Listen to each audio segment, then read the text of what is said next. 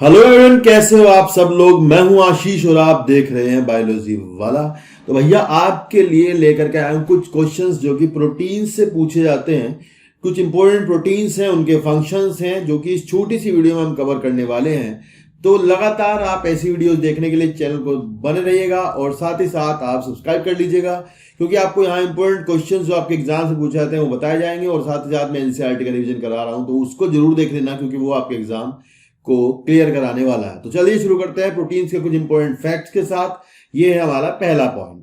देखिए यहाँ लिखा है कि ग्लाइकोप्रोटीन्स जो होते हैं, आपको पता होगा कि मेम्ब्रेन जो होती है, सरफेस जो होती है मेम्ब्रेन की, वहां पर आपकी जो प्रोटीन्स होती हैं उनके साथ कुछ ओलिगोसेक्राइड्स जुड़े रहते हैं, कार्बोहाइड्रेट जुड़े रहते हैं। वो जो होते हैं वो मेम्ब्रेन में सेल रिकॉग्निशन कराने में बहुत मदद करते हैं। जैसे मान लो स्पेसिफिसिटी जिसे हम कहते हैं, लाइक मान लो आपका जो ब्लड ग्रुप ए है तो बी है या फिर जो भी है, वो ब्लड ग्रुप आपका एक एंटीजन की मदद के कारण होता है। Like A antigen, B antigen, O antigen, आपको पता होगा।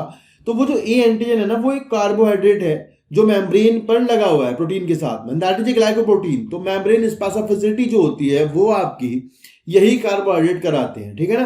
तो ये बहुत इंपॉर्टेंट सवाल है, पूछते हैं जो ग्लाइकोप्रोटीन्स होते हैं उनका क्या काम होता है। कई बार वो मेम्ब्रेन के रिसेप्टर्स की तरह काम करते हैं, किसी एंजाइम का, किसी हार्मोन का रिसेप्टर हो सकते हैं, और इस तरह के सरफेस पर रिकॉग्नाइजेबिलिटी वाले काम उसके होते हैं, ठीक है। तो यहाँ लिखा है glycoproteins and glycolipids play an important role in the cell recognition. The specificity of this recognition depend upon the particular sequence of sugars in the carbohydrate portion. तो ये ध्यान रखना भाई, ठीक है ना। चलिए नेक्स्ट देखते हैं।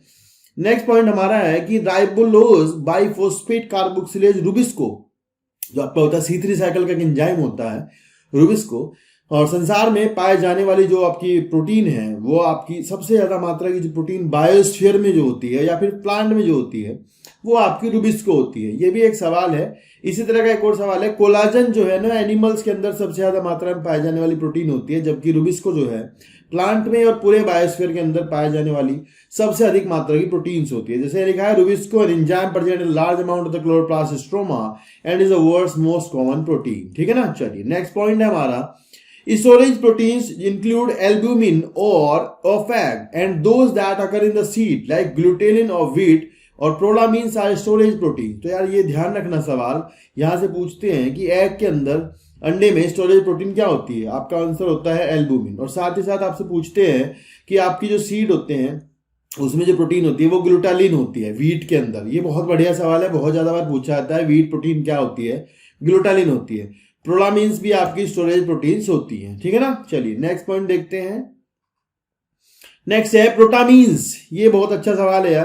प्रोटामीन्स जो होती है आपकी वो आपकी बेसिक प्रोटीन्स होती हैं। अब आपको याद होगा जैसे हिस्टोन है ना, वही तो वो बेसिक प्रोटीन्स आपकी जो है जो डीएनए के साथ जुड़ी हुई पाई जाती है क्रोमोसोम्स के अंदर, क्योंकि डीएनए आपका एसिडिक होता है, उनके साथ में बेसिक प्रोटीन जोड़नी होती है। वो बेसिक प्रोटीन आपकी किस एमिनो एसिड से रिच होती है, ये सवाल पूछा जाएगा, तो ध्यान रखना। वो बेसिक प्रोटीन आपकी lysine and arginine amino acid से रिच होती है। बेहतरीन सवाल है जो आपके एग्जाम में पूछा जाएगा, इसको आप मार्क कर लेना, याद कर लेना। चलिए नेक्स्ट देखते हैं। नेक्स्ट पॉइंट है हमारा कि पी प्रोटीन। ये बहुत तगड़ा सवाल है यार। जो सीव ट्यूब्स होती हैं आपकी, पूछा जाएगा कि सीव ट्यूब में जहां फ्लोएम जो है ट्रांसपोर्ट करती है फूड का, वहां कौन सी प्रोटीन होती है। तो आपका आंसर होगा कि P protein are present in the sieve tube the phloem and they help in the transport of organic compound through the phloem। बहुत बढ़िया सवाल है, आएगा। नेक्स्ट देखते हैं। नेक्स्ट है किरेटिन एंड फाइब्रोइन। आपको पता होगा किरेटिन एंड फाइब्रोइन जो है वो प्रोटेक्टिव स्ट्रक्चर्स में काम आती है। जैसे कि स्किन वगैरह में आप देखोगे तो वहां किरेटिनाइज्ड एपिथेलियम वगैरह होती है, वहां पर होती है, ठीक है।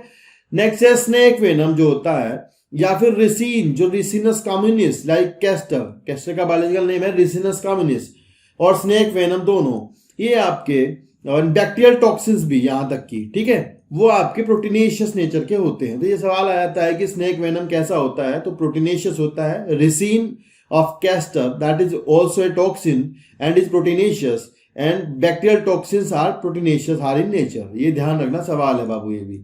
चलिए नेक्स्ट देखते हैं। नेक्स्ट है आपका एक्टिन एंड मायोसिन। तो आपको दो प्रोटीन जरूर बताऊंगी, ये मेन प्रोटीन है। मसल कॉन्ट्रैक्शन में मसल जो आपकी होती है स्ट्राइटेड मसल्स आपको पता होंगी, उनके अंदर आपको एक्टिन और मायोसिन के फाइबर मिलते होते हैं जो कि मसल कॉन्ट्रैक्शन में काम करते होते हैं। वहां मैं थोड़ा बता दूं आपको, एक्टिन जो है वो आपकी जो है वो आई बैंड बनाती है और जो मायोसिन है वो ए बैंड बनाती है। ये सवाल आ जाता है कभी कभी, है ना, पूछ लेते हैं ना, ये याद रखना। नेक्स्ट है माइक्रोट्यूब्यूल्स। जो आपके माइक्रोट्यूब्यूल्स होते हैं वो किसके बने होते हैं? सेल्स के अंदर आपको देखा होगा जो एंडोस्केलेटन होता है वहां पर आपको माइक्रोट्यूब्यूल्स मिलते हैं। फ्लैजिला, जो यूकैरियोटिक सेल की फ्लैजिला होती है, जो यूकैरियोटिक सेल की सीलिया होती है, वहां सेंट्रियोल जो होता है वो आपके किसके बने होते हैं? वो आपके माइक्रोट्यूब्यूल के बने होते हैं। माइक्रोट्यूब्यूल जो है वो ट्यूबुलिन प्रोटीन का बना हुआ होता है।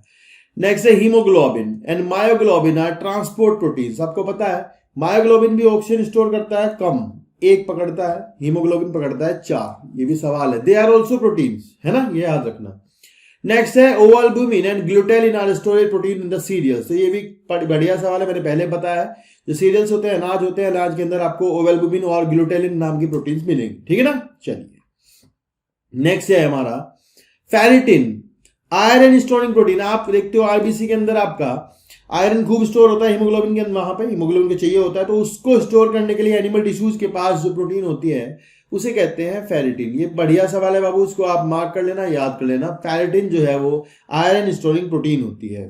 The type of prolamins and glutelins found in the wheat are gliadin and glutamine. तो ये 2 वर्ड हैं। ऐसा सवाल आपको थोड़ा टफ है, बाहर आने से मिलेगा, मतलब बढ़िया एग्जाम में पूछा आता है। इनके नाम याद कर लेना कि भाई जो व्हीट के अंदर ग्लूटालिन्स और प्रोलामीन्स मिलती हैं वो ग्लियाडिन और ग्लूटानिन होती हैं।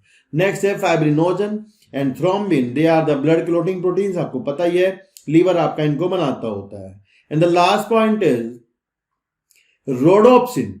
आपको पता है रेटिना के अंदर रोड्स और कोन होती हैं, तो रोड्स के अंदर जो मिलती है वो आपकी होती है रोडोप्सिन, और कॉन्स के अंदर जो होती है वो आपकी होती है आयोडोप्सिन। इसको कहते हैं विजुअल पर्पल, विजुअल वायलेट, और इसको विजुअल पर्पल कहते हैं। तो they are the photoreceptor pigments and these are present in the rods and the cones of retina and they are proteins. तो ये रोडोप्सिन और आयोडोप्सिन क्या होती है? प्रोटीन होती हैं जो कि आपके कहाँ पाए जाते हैं? रेटिना के अंदर, रोड्स और कॉन्स के अंदर पाए जाते हैं। तो ये है कुछ इंपॉर्टेंट सवाल जो कि आपके थे प्रोटीन से। ऐसी छोटी छोटी वीडियो जो कि आपके लिए इंपॉर्टेंट रहेंगी, जिसमें कि आपको एग्जाम में आने वाले सवाल बताते रहूंगा।